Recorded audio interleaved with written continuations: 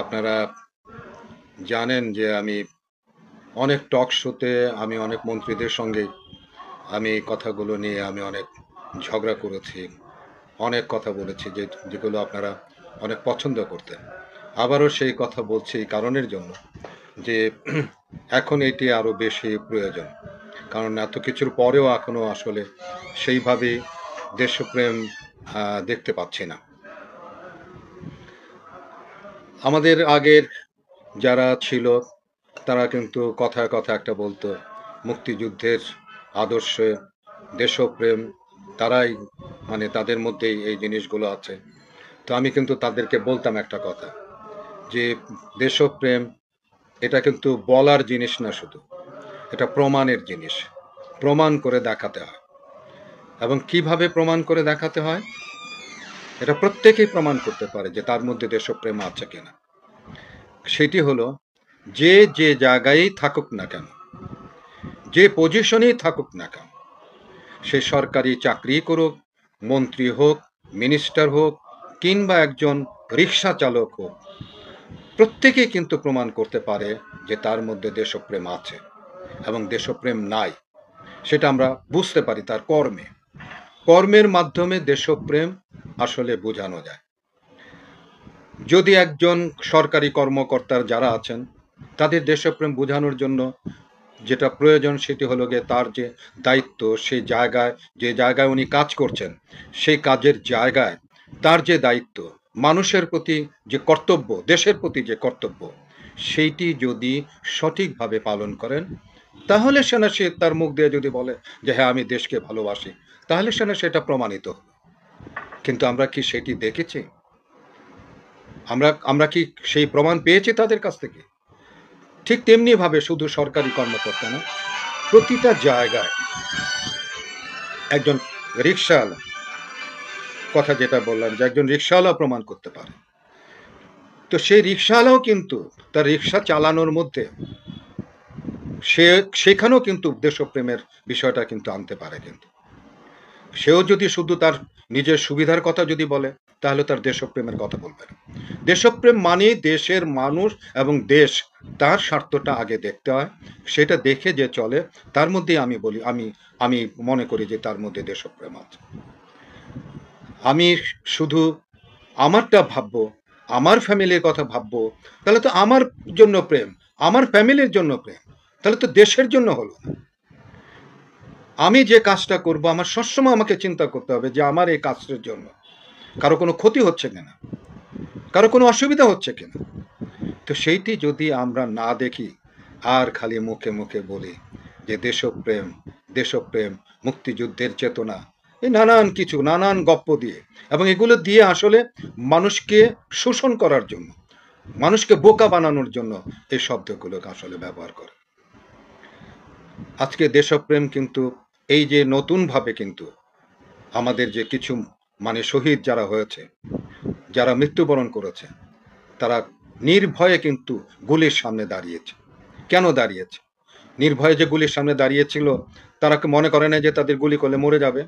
মনে করেছে, কিন্তু তারপরেও তার দেশপ্রেমটা এমনই ছিল যে সে মনে করেছে যে আমি মরে গেল এই বিপ্লব যেন সফল হয়, এবং এই বিপ্লব সফল হলে এই দেশ, আগামী প্রজন্ম, এই দেশে যারা থাকবে তাদের উপকার হবে।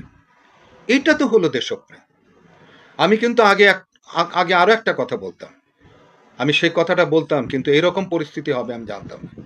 আমি বলেছিলাম যে মুক্তিযুদ্ধের সময় যারা শহীদ হয়েছে, এতগুলো মানুষ জীবন দিয়ে, রক্ত দিয়ে, মা বোনের ইজ্জতের বিনিময়ে দেশ স্বাধীন হয়েছে, এখন আর আমাদের কোনো জীবন দিতে হবে না, আমাদের মা বোনের ইজ্জত দিতে হবে না।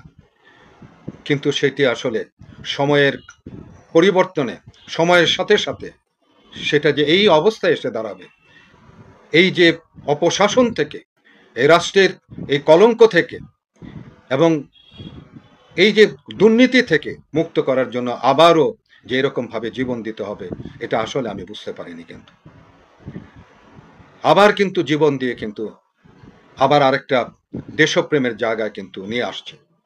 কিন্তু এখনো আমার যেটা মনে হচ্ছে যে এই উপলব্ধি এখনো কিন্তু অনেকের মধ্যে কিন্তু জাগ্রত হচ্ছে না, দেশপ্রেম জাগ্রত হচ্ছে না।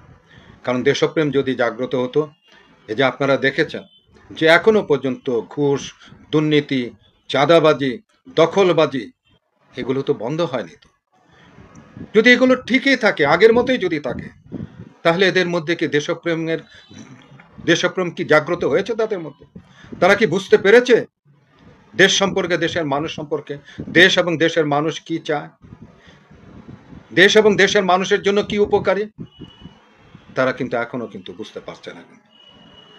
যার জন্য এই দেশকে সত্যিকার অর্থে যদি আমি মনে করি যে এর সুফল প্রতিটা মানুষের জন্য, এবং এই পরিবর্তন, রিফর্ম এগুলো যদি মানে আমাদের করতে হয়, তাহলে কিন্তু আমাদের মধ্যে এই যে যারা শহীদ হয়েছে তাদের কথা ভেবে, তাদের কথা চিন্তা করে আবারও আমাদেরকে কিন্তু আমাদের মধ্যে এই দেশপ্রেমটা কিন্তু আমাদের জাগ্রত করতে হবে। দেশপ্রেমিক ছাড়া আসলে কিন্তু এই দেশকে আমরা যে রিফর্মের কথা বলছি, যে দুর্নীতি দূর করার, চাঁদাবাদ দূর করার, অপশাসন দূর করার, সেটা কিন্তু আমরা করতে পারবো না। কিন্তু এই বারবার কিন্তু রক্ত দেওয়া যাবে না। এই স্বাধীনতার পর বহু বছর পর কিন্তু আবার রক্ত দিয়ে কিন্তু আরেকটা স্বাধীনতা কিন্তু আমাদেরকে আনতে হয়েছে। তো কাজেই এইবার যদি আমরা সত্যিকার অর্থে যদি আমরা আমাদের কাজগুলো, আমাদের স্বপ্নগুলোকে যদি আমরা বাস্তবায়ন না করতে পারি, তাহলে আর পারবো কিনা এটা আমি বুঝতে পারছি না আসলে। তো আমরা অনেক কিছু আমরা মানে আমাদের মধ্যে আমাদের হয়ে গেছে, ভুল হয়ে গেছে।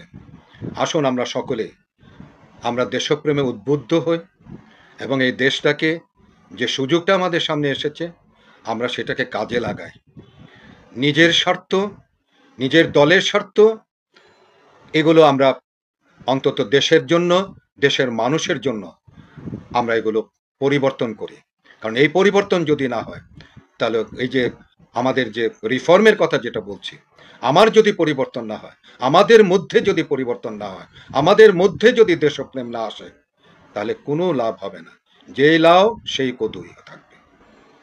তো সেই যে লাউ সে কদুর জন্যই কিন্তু এই জীবনগুলো দেয়নি। কিন্তু আজকেও দেখছিলাম কয়েকজন মায়ের তাদের সন্তানদের জন্য চোখের পানি, আমি এটা দেখেই আমি চিন্তা করছিলাম যে এটা নিয়ে আমার একটা ভিডিও করা দরকার। তো এই যে এই মায়েরা, এই যে বাবারা, তাদের স্যাক্রিফাইস আমরা কি নষ্ট করে দেব? আবারও নষ্ট করে দেব? একবার মুক্তিযুদ্ধের সময় আমরা আমাদের এই জীবনগুলো গেছে, আমরা নষ্ট করেছি, আবারও নষ্ট করব আমরা? আমি একটা হাদিসের কথা বলে, না হাদিসের কথা না, আমার পীর সাহেব, আমি নারিন্দা পীর সাহেবের আমি মুরিদ, উনি এখন নেই পৃথিবীতে। উনি থাকার সময় একটা কথা বলেছিলেন, সেই কথাটা দিয়ে আমি আজকে আমার এই ভিডিওটা শেষ করব। উনি বলেছিলেন যে এই যে ইমাম হাসান হোসেনকে যারা হত্যা করেছে, তারা কি তাহাজ্জুদের নামাজ পড়তো না?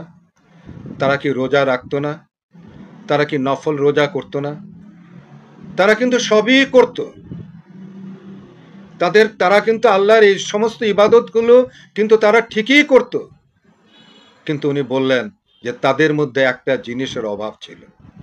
সেই জিনিসটা ছিল নবী এবং নবীর আওলাদের প্রতি, আহলাদের প্রতি প্রেম ছিল না, ভালোবাসা ছিল না।